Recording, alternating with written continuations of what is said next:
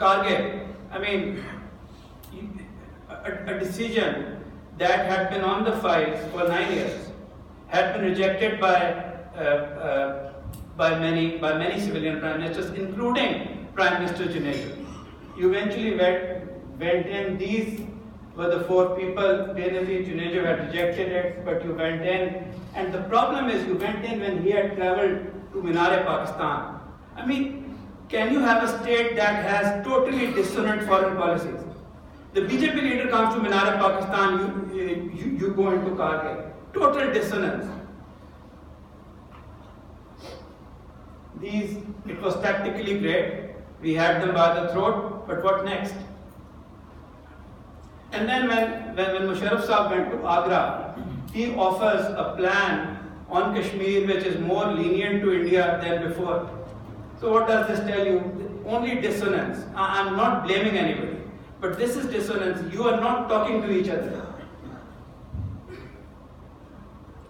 Musharraf's inner cabinet, there were civilians, but there were 7 or 6 people who decided everything. Again, not a good model for decision making. Drones.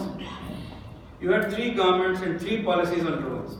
One was the GHQ policy, yes, go ahead. One was the Prime Minister and President House, okay, do it, we look the other way. And poor foreign ministers kept crying hoarse. Memogate. A part of your government is talking to the US to settle your national security agencies.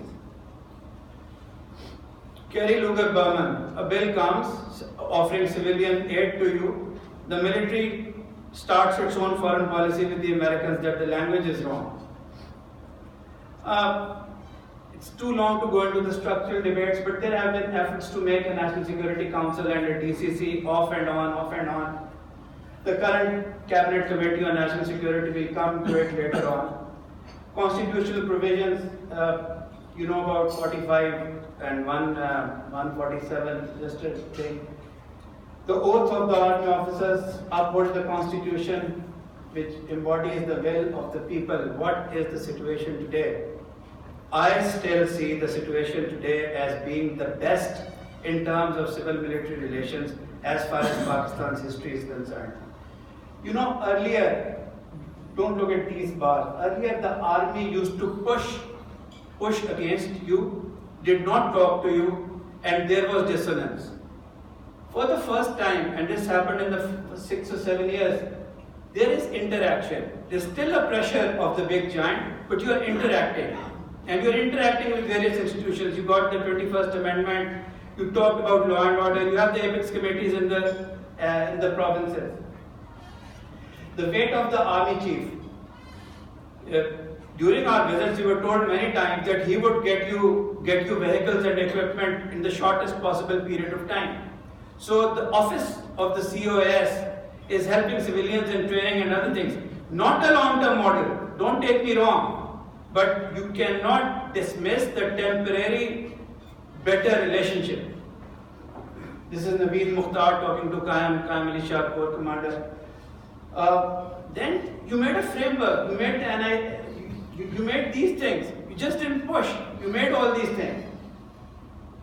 You know about that. Then jointness of the Prime Minister and the military chief, unprecedented. We always talk about negatives. Look at the situations. Sometimes in Balochistan, sometimes else, here. During a golden opportunity to disrupt the constitution, an apex committee meeting, energy projects, they both take the same flight and go and stand together. At least the intention for harmony between civil and military relations is there. Okay, more positives. The apex committees, I see them as positives. We'll go and discuss them. Appointment of an NSA who has the confidence of the military, so at least the input will go in. Talking to Balochistan recalcitrant leaders. Both civil and military are on the same plane on that. Let's talk, let's get it over with. Military convictions, very small, but for the first time. Pildat poll says that there is general approval. The negatives, the national one of the RACs, one of the syndicates had discussed it. The national security architecture is in shambles. The National Security Committee of the Cabinet doesn't meet anymore. NACTA is dysfunctional. So institutional harmony is not there. My problem, the office of the foreign minister is not there, and the foreign office is being made to abdicate foreign policy. Another problem, the chief of army staff is taking off every day to run foreign policy without any notes being taken. No notes are taken. That's the biggest problem. The institutional memory of the country is empty.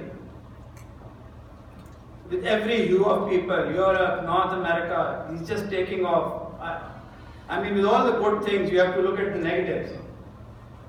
Then there was this battle of words on FATA reform, on civilians coming in after IDP's return and all. That's a big policy dissonance. Karachi, erstwhile problem. The military wants corruption inside the mandate of the Apex Committee and the Rangers, because it says easy money flies on to fix itself on terrorists. Apex committees, now the NAP had 20 subjects, 15 of them related to provinces, so you had to have a mechanism. Typical composition, chief minister, military chief, intelligence coalescence, others. Civil-military cooperation, it's something great. You are talking. I just gave you a snapshot of Pakistan's history because you don't talk. Intelligence coalescence, directions and meeting, and one of the more important things which our RAC discovered was at least you get to know the officers. You get phone numbers. Earlier you didn't even know what is happening on the other side of the wall. Flexibility of membership. If you want to get Mr. Zardari inside the Sindh Apex Committee, you can get it. It's made flexibly. Subjects of the Sindh Apex Committee, you know those very well. Now, every Apex Committee has this flexibility to have different subjects to discuss. Anti-terrorism courts, witness protection, terrorist financing, the 230 billion rupees question. NWFP Apex Committee, naturally, IDPs, Taliban, Zarbias, FATA reforms. So they're all different. Balochistan, military offensives, there's a typo here. Again, I think this is a mistake actually. Okay, going to the Punjab Apex Committee, which I had to discuss in some detail. These are the same, these are just nomenclatural things. What do they think they have? Again, I went to 4 core with great difficulty. They said you can't name anybody if you want things. I went to the Home Department. They said do everything, but if the topic of Apex Committee comes, don't take our names. So this is the composition of the Punjab Apex Committee. As you can see, Rangers, 4 core, intelligence coalescence, IB, everything. They meet together. These are the meetings, another classified sort of information. So these are the meetings of the Punjab Apex Committee that have taken place. It has subcommittees, a threat and intelligence subcommittee, law reform subcommittee, media counterterrorism. It has every subject under the sun. And joint cooperation, operation coordination center, JOCC, based in Delhi. So they have been successful as far as, I was told I use the word kinetic too often. Kinetic operations are you get a person, get him, nab him, and keep him. So they are good. Under NAB, that has led to executions of jet flag terrorists. So kinetic operations is a success. Hate speech and material, they have had some. Now when they get a book, they have to run it through another institution to know whether it could be prescribed or not. So it's moderate success. Terrorist financing is a failure. In the Punjab Apex Committee, nobody has access to State Bank. They have to go through the interior. Terrorist glorification, moderate success. Counter-terrorism 4, yes, work in progress. They need 300 CTT constables. Moderate progress in Madaris, we've all discussed it, can be raised in question. Afghan refugees, half and half, they have geotech 60,000 out of 150,000. New laws reviewed, Punjab government has done very well in promulgating new provincial laws in aid of NAB. Apex committees can't become a national model. Sorry, the subjects are provincial, they are operational bodies. They can't become a model, they can become a theoretical model, but informal committees cannot be replicated at the top. Non-notification, there are no TORs, that's why in Punjab when there is harmony, everything is fine. But in Sindh, when there will be a certain disharmony, they'll point out, what was your TOR? No notification, no TORs. Again, like I said, outside the national security architecture, it's $1 billion question. Can you remold the national security architecture or not? I'll try, but it will just be an effort. Real-time intel sharing, when I talked to people, they said, they meet, but they don't share real-time intelligence. Silos still in 75% of cases. Success in kinetic operations only. Failure in soft interventions, why? Because all the constituent elements of the Apex Committee are trained to do kinetic work. You have to first bring institutions to do soft intervention. So that's why Umeed is still an Umeed. Other rehabilitation programs are still in the pipeline. When there will be political conflict between the center and the provinces or between the military and the province, the Apex Committee will fail. So what's the conclusion? The general conclusion is that the current state of civil-military relations is better than any time in Pakistan's history. However, institutional linkages are needed. Institutions have to be rebuilt or they have to be made to be used. Because if the two sharifs go, it will then depend on other personalities. Apex committees are beneficial for provincial policy coordination, for civil-military cooperation at the provincial level. They have to be made a part of the hierarchy of the national security architecture. They're good, but they can't be replicated. Unfortunately, they are not a great model. The first recommendation is don't hit the apple cart. You're doing better.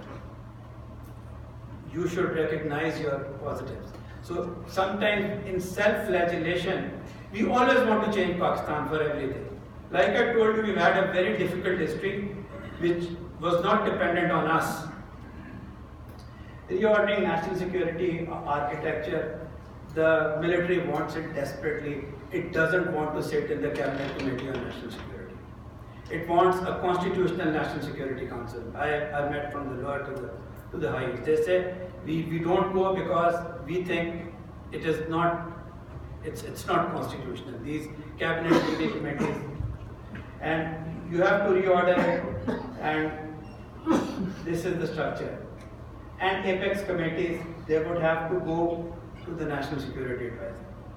Their recommendations, it's a joint military, civil military thing here, it has to go to a joint headquarters. And NECTA has to be changed into the National Security Council Secretariat.